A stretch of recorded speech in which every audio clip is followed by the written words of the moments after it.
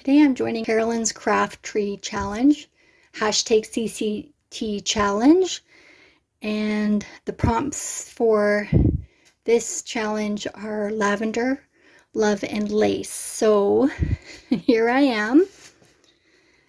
I've printed some double-sided cardstock and some pretty paper that I found on Graphics Theory, and what I'd like to make is an envelope.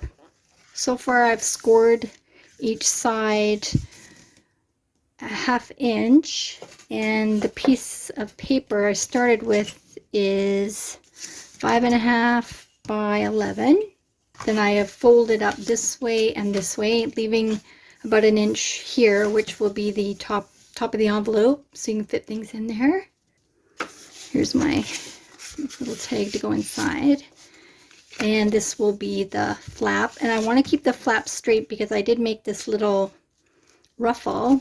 So this is just a ruffle with a piece of lace over top, and I just put the ruffle on a piece of paper and some lace trim there, and then I did some hand stitching and put some beads on top of the lace by hand stitching.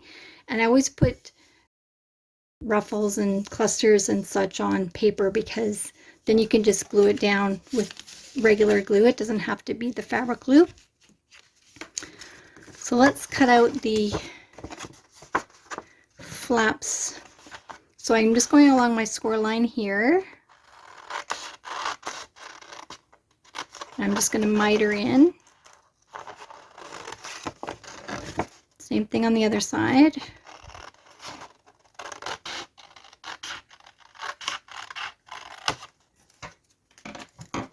Around the corners here.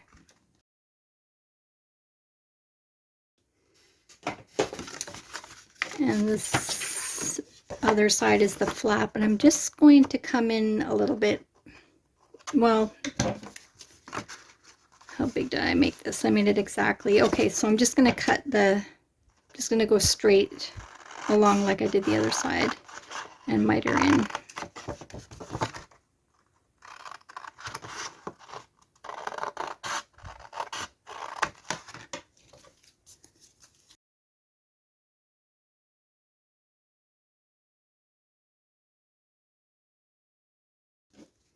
And I'll round those edges as well. So this 1/3 comes in like this and comes over like this, and then this is where the ruffle is going to go. Okay, so I found a nice button actually to go with the ruffle, and I'm going to make a closure that goes all the way around the envelope. So I have some cotton cording here, and I want enough to go around maybe 1.5 times. And I only really need a single layer of the cording, so I'm going to the cording through the button, and I'm going to tie it on.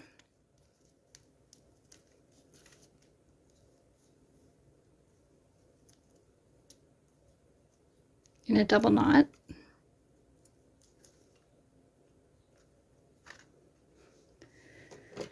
And then cut the excess and sew the button onto the ruffle.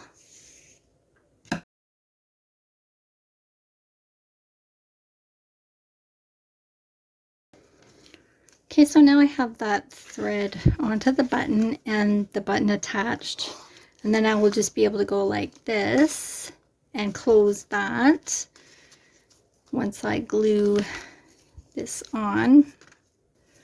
So I've started decorating the front of the envelope, and I just tore a piece of script out and put a little flat piece of lace down and a fussy cut flower, and I have a butterfly. I think it might be a bit too much. I have a couple of butterflies. I think it's I think it's okay just the way it is like that. And now that we've done the closure, I can glue the sides of this up.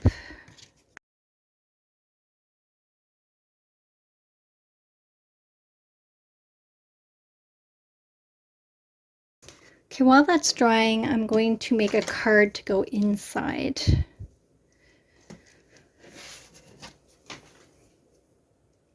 And I have this little card already cut out that matches the pattern. I need something for the back.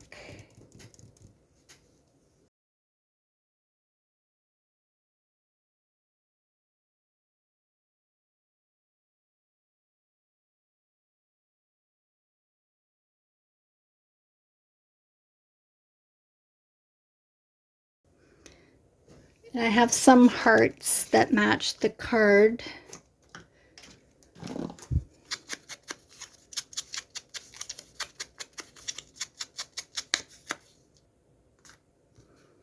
Okay, so I'm going to go sew that heart on the paper and then just sew around to attach the two pieces.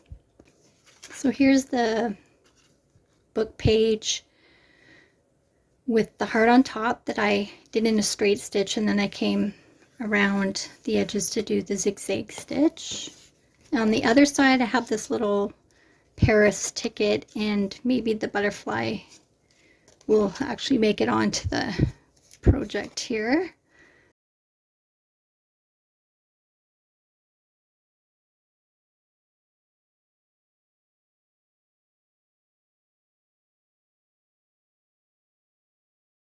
Got so much purple stuff on my desk. It's like I pulled out every purple lavender thing that I have.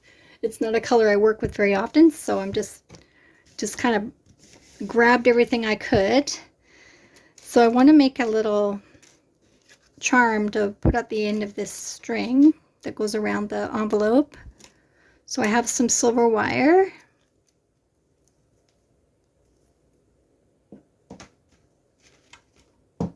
Just going to grab my round nose pliers. Just make a couple of, about 2 turns there, and then just put a little 90-degree there. Just a couple of circles. Have a little bead cap and a little drop bead. I always forget to use these. Have a bunch of them, different colors.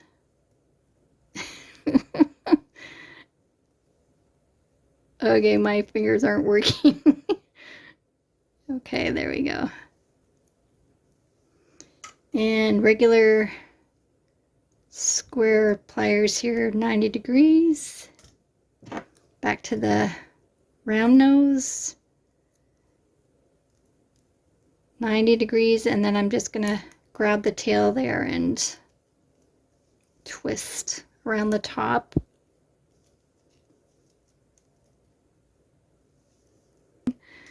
And I'm just gonna grab my needle nose and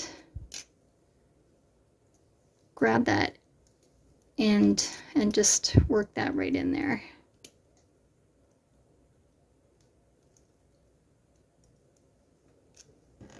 Okay, make sure nothing's sticking out. So the little drop bead there.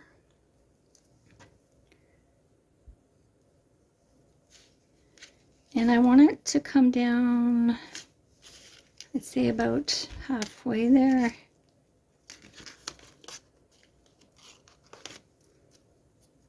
I did kind of grunge up this this cotton cording. It was a little too white. So I'm just pulling one of the threads through there. And cut that away. So there will be a little bit of a thread hanging out. So maybe it needs a postage stamp on the front there. That might offset it a bit.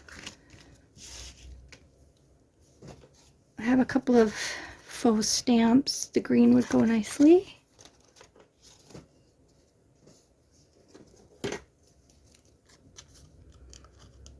So I'm just gonna wave my scissors a little bit. Just sort of move them back and forth a little bit to give a not straight edge.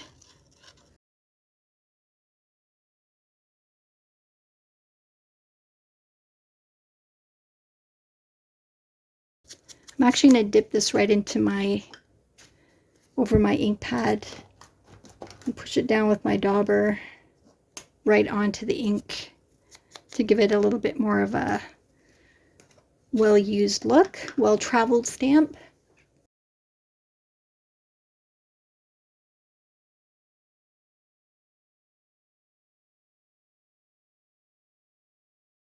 I was wondering if it maybe needed a tab on the top to help it to help get it in and out. What could I use? Square rectangle of fabric would do the trick. Not too much.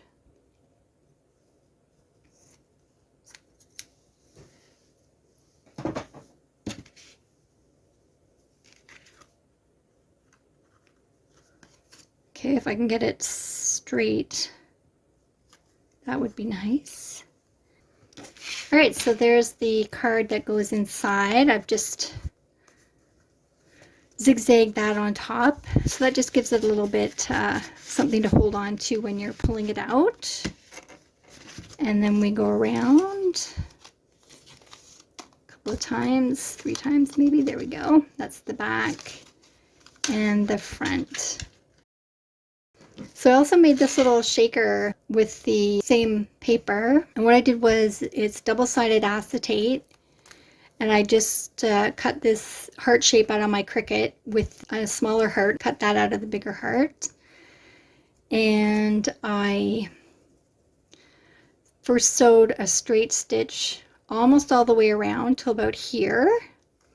And then I came in between the 2 layers of acetate and put in some sparkles.